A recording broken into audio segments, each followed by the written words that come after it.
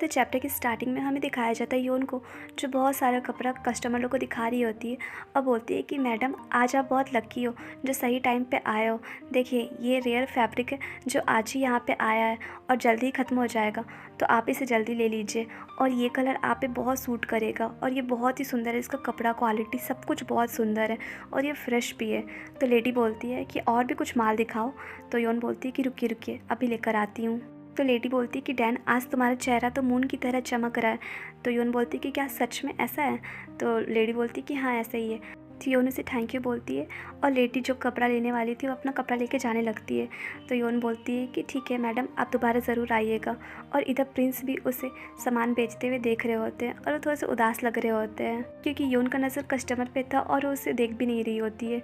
उसके बाद प्रिंस बोलते हैं कि मैं देख पा रहा हूँ कि तुम कितने अच्छे से सेल कर रही हो। तो योन पीछे पलटती है और बोलती है कि क्या कहे आप? तो प्रिंस बोलती है कि मैं देख पा रहा हूँ कि तुम लेडी लोगों को कैसे खुश करके अपना सामान बेच रही हो। तो योन बोलती है कि ज़िंदा रहने के लिए ये सब काम करना पड़ता है।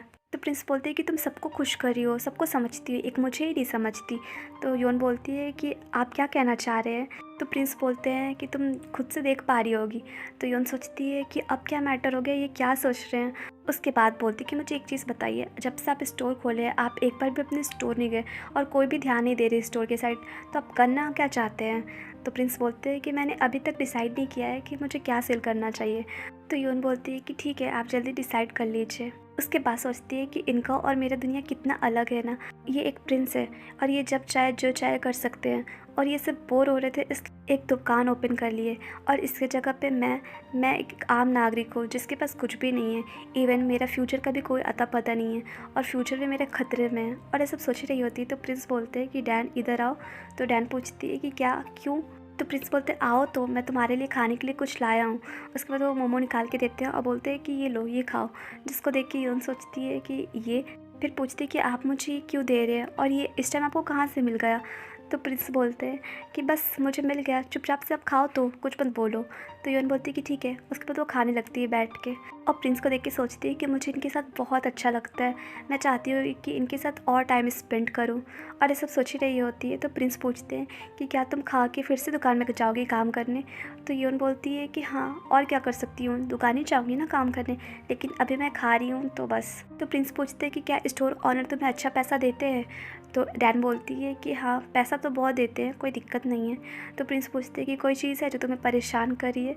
तो डैन सोचती है कि मुझे अपने खाने पे ध्यान देना चाहिए और ये सब सोच रही होती है। तभी एक कस्टमर आती है जो बोलती है कि डैन क्या तुम वहाँ हो?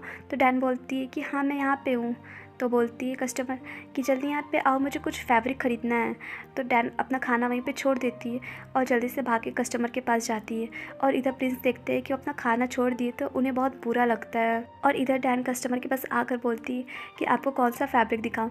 तो कस्टमर बोलती है कि जो सबसे सुंदर होगा वो दिखाना।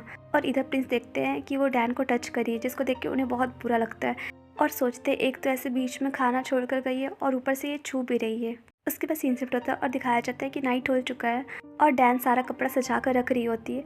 तभी वहाँ प्रिंस पहुँच जाते हैं और बोलते हैं कि तुम सारा कपड़ा सजा लियो। तो डैन बोलती है कि इस टाइम आप यहाँ? तो प्रिंस बोलते हैं कि मुझे कुछ फैब्रिक खरीदना है इसलिए मैं यहाँ पे आया हूँ। तो डैन बोलती है कि लेकिन आप फिर से आए और आप इतने सारा कपड़ा खरीद के आखिर करते क्या है? तो प्रिंस बोलते हैं कि वो सब तुम टेंशन छोड़ो, तुम मुझे बस दिखाओ कि कौन सा अच्छा है। तो डैन बोलती है कि एक मिनट रुक के मैं आपको दिखाती हूँ, यहाँ पे बहुत सारा फैब्रिक है जो मैंने देख के रखा है और मुझे लगता है वो आप पे सूट करेगा। और आपके लिप्स का कलर रेड है ना, तो मुझे लगता है कि ये पिंक कलर आप पे बहुत अच्छा लगेगा। और मन में सोचती है कि सच बताऊँ तो सारा ही कलर इन पे अच्छा ही लगेगा। उसके बाद बोलती है कि आप गोरे हैं ना, तो आप पे ब्लू कलर बहुत अच्छा लगेगा। और आगे कुछ कुछ बोल ही रही होती है तभी अचानक से वो गिरने लगती है। पर प्रिंस जल्दी से आके उसे संभाल लेते हैं और बोलते हैं कि तुम क्या कह रही थी, मैं कुछ समझ नहीं पाया। उसके बाद दोनों एक दूसरे को देखने लगते हैं तो डैन उसे अचानक से किस कर देती है, जिससे प्रिंस सरप्राइज हो जाता है। उसके बाद दोनों एक दूसरे को देख रहे होते हैं तो प्रिंस बोलते हैं कि डैन, लेकिन तो योन मन में सोचती है कि मैं डैन नहीं हूँ। उसके बाद वो फिर से उसे किस करने लगती है। उसके बाद सोचती है कि मैं खुद को रोक ही नहीं पाती हूँ और ये कितने क्रूएल है जो हमेशा मुझे अपना इमोशंस दिखाने पे मजबूर कर देते हैं। उसके बाद डैन उसे किस कर रही होती है तो प्रिंस ब्लश कर रहे होते हैं। उसके बाद हमें स्वीट्स मोमेंट्स दिखाए जाते हैं। उसके बाद सीन शिफ्ट होता है और हमें दिखाया जाता है जूहे के साइड, जहाँ एक आदमी उसका हाथ पकड़कर उसे ज़ोर ज़बरदस्ती कर रहा होता है और बोल रहा होता है कि तुम मुझे इग्नोर क्यों कर रही हो, और तुम्हें पता भी है मैं तुम्हारे साथ एक नाइट स्पेंड करने के लिए कितना पैसा दिया हूँ।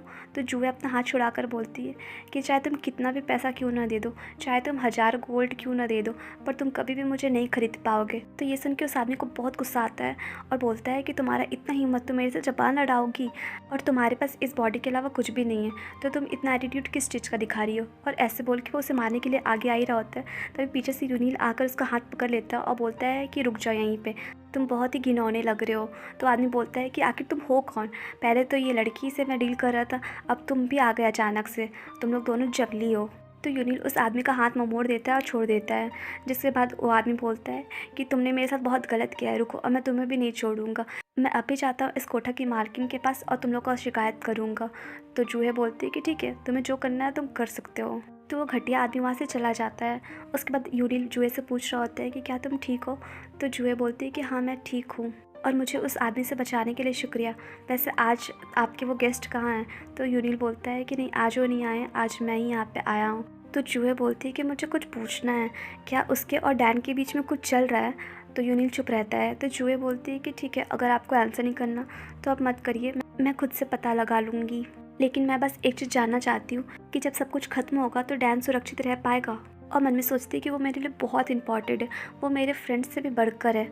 उसके बाद याद करती है कि जब उसकी बॉम्ब की डेथ हो चुकी थी और उसके पास जीने का कोई सहारा नहीं बाकी था, तो वो इस दुनिया में नहीं जीना चाहती थी और वो खुद को ख़त्म कर लेना चाहती थी। और जैसे ही वो खुद को मारने वाली थी, उसी टाइम डैन आ जाती है और बोलती है कि आपको क्या लगता है आप इस रस्सी से मर पाओगे। तो जूहे पीछे पलट कर देखती है और सोचती है कि ये कौन है और पूछती है कि तुम कौन हो और तुमको क्या मतलब मेरे से। तो डैन बोलती है कि ये रस्सी है वो बहुत ही पतला है, इससे कुछ नहीं हो पाएगा। जिसको सुन के जूहे को बहुत गुस्सा आता है और बोलती है कि तुम जो कर रहे हो अपना चुपचाप से करो, तुम मेरे बारे में परवाह मत करो। तो डैन बोलती है कि ठीक है मैं जा रहा हूँ, लेकिन एक चीज़ है जो मैं बोलना चाहूँगा, भले आपको बुरा लगे पर आपको सुनना चाहिए। उसके बाद बोलती कि जिसने भी आपको यहाँ तक पहुँचाया है, क्या आप उसके कारण अपना लाइफ ख़त्म कर लोगे, और जिसके कारण आप मरोगे वो तो अपना लाइफ खुशी से इंजॉय कर रहे होंगे, उन्हें कोई फ़र्क नहीं पड़ता कि आप मरो या जियो, तो आप अपना प्रीशियस लाइफ उन लोगों की वजह से कैसे ख़त्म कर सकते हो। आपको जीना चाहिए और उन लोगों को हराना चाहिए। जिसको सुन के जूहे के दिल में एक होप जाग जाता है और उसकी आंखों में आंसू आ जाते हैं और सोचती है कि वो मेरी एक फ्रेंड नहीं है बल्कि वो मेरी रक्षक भी है। उसके बाद वो यूनिल से पूछती है कि डैन का लाइफ खतरा में तो नहीं पड़ेगा उस आदमी के साथ रहती है तो यूनिल बोलता है कि नहीं, ऐसा कभी नहीं हो सकता, क्योंकि मेरे लॉर्ड उन्हें बहुत रिस्पेक्ट करते हैं और उनका बहुत परवाह करते हैं। तो जूहे बोलती है कि ठीक है, अगर ऐसा है तो ठीक है फिर। उसके बाद बोलती है कि मेरे पास कुछ न्यूज़ है जो मुझे आपके आदमी को देना है। उसके बाद यूनिल उसे सच बता देता है कि आखिर में वो आदमी कोई और नहीं बल्कि प्रिंस है। तो जूहे बोलती है कि वो लोग कुछ बड़ा करने वाले हैं, इसलिए आप अपने प्रिंस का ख्याल रखना। उसके बाद सीन शिफ्ट होता है और हमें दिखाया जाता है कि नाइट हो चुका है और प्रिंस खिड़की में खड़े होकर किसी का वेट कर रहे होते हैं। तभी एक बर्ड आता है जो कि उसके हाथ में बैठता है और प्रिंस देखते हैं कि उसके पैर में एक चिट्ठी है, तो वो चिट्ठी जल्द से निकाल लेते हैं और बर्ड वहाँ से उड़ जाता है और वो चिट्ठी पढ़ के बहुत ही सैड होते हैं। उसके बाद सीन शिफ्ट होता है और हमें दिखाया जाता है डैन को, जो प्रिंस से बोल रही होती है कि ये रूम काफ़ी शांत शांत लग रहा है, आखिर कितना टाइम बीत गया। तो प्रिंस बोलते हैं कि तुम टाइम का परवाह मत करो, थोड़ा सा और सो जाओ। और वो बड़े प्यार से उसका बाल उसके चेहरे से हटा रहे होते हैं, जिसको देख के योन सोचती है कि जब भी मेरा बाल इतने प्यार से हटाते तो मुझे बहुत अच्छा लगता है। और उसके बाद वो कुछ कुछ सोच के रोने लगती है, जिसको देख के प्रिंस शॉक्ड हो जाते हैं और पूछते हैं कि तुम क्यों रो रही हो। और इधर योन सोच रही होती है कि मुझे बहुत बुरा फील होता है और जब भी मैं ये सब सोचती हूँ तो मुझे बहुत हर्ट भी होता है। तो प्रिंस पूछते हैं कि बताओ ना क्या हुआ, कहाँ पे तुम्हें दर्द दे रहा है, तुम क्यों रो रही हो, प्लीज़ तुम मुझे बताओ, अगर तुम नहीं बताओगी तो मुझे कैसे पता चलेगा, डैन मुझे बताओ। पर डैन अभी भी कुछ नहीं बोल रही होती है और रोए जा रही होती है और सोचती है कि अब मैं अच्छे से सोच रही हूँ तो मुझे ऐसा लग रहा है जैसे मैं बस इनके लिए एक खिलौना बन के रह गई हूँ, जो कि डैन हूँ, और ये मुझे पूरी तरह से भूल चुके हैं। पास्ट में इन्होंने मेरे साथ कितना अच्छा व्यवहार किया, लेकिन अब इन्हें मेरे बारे में कुछ भी याद नहीं है। उसके बाद वो बैठ जाती है और सोचती है कि क्या सच में आप मेरे बारे में सब कुछ भूल चुके हैं, और आपने जो स्वीट स्वीट बात की थी मेरे एंगेजमेंट के दिन, क्या आप सब कुछ भूल चुके हैं। उसके बाद बोलती है कि माय लॉर्ड, मैं डैन नहीं हूँ। और मन में सोचती है कि मैं तो योन हूँ, जो कि आपसे बहुत प्यार करती है और इतने दिन से आपका वेट कर रही है और आपके लिए तड़पती है कि आप भी मुझे योन की तरह प्यार करो। उसके बाद ये सब सोच सोच के वो रोने लगती है और सोचती है कि क्या सच में आप मेरा नाम भूल चुके हैं। तो प्रिंस बोलते हैं कि डैन तुम रो मत, मैं तुम्हारे साथ हूँ। उसके बाद बताते हैं कि जब से मैं पैदा लिया हूँ मैं अपना सब कुछ गिव अप कर दे रहा हूँ। इवन जो चीज़ मेरा है उसको भी मैं गिव अप कर दे रहा हूँ, और जो चीज़ मेरा नहीं है उसके बारे में तो मैं सोचता ही नहीं हूँ। और मैं एक ऐसा इंसान बनने का दिखावा करता हूँ जो कि मैं कभी हूँ ही नहीं, और कहीं ना कहीं मैं खुद को भूल चुका हूँ।